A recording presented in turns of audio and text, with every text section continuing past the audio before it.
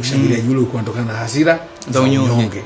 Japo mimi mambo mengine yaliyofanyika si yaungi mkono. Mambo gani hayo? Unajua tunatamani timu zetu watu washangilie kwa heshima na staha.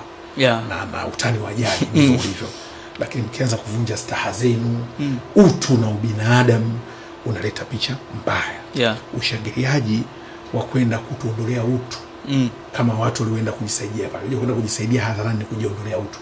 Baadhi ya mashabiki ambao wanajisifia kwenda kujisaidia hadharani ni mashabiki wasiokuwa na utu, ubinadamu. Mwanadamu avue nguo hadharani.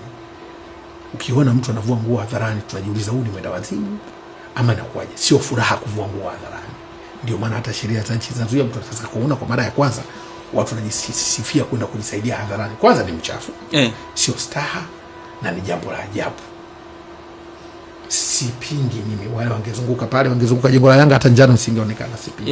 Lakini kitendo cha kujisaidia hadharani hata kama watakuwa Yanga, na pengine mimi natoa ushauri kwa mamlaka za mpira na serikali, safari ijayo kwa hizo tabia zao za kujisaidia hadharani, watu wazuie haya maandamano ya ubingwa haya kupita maeneo ambayo yanaweza kapelekea kufanya hivyo, kwa sababu kama leo watu wamejisaidia hadharani, msimu ujao Yanga wanaweza kufanya nini kwenye maduka ya wawekezaji pale?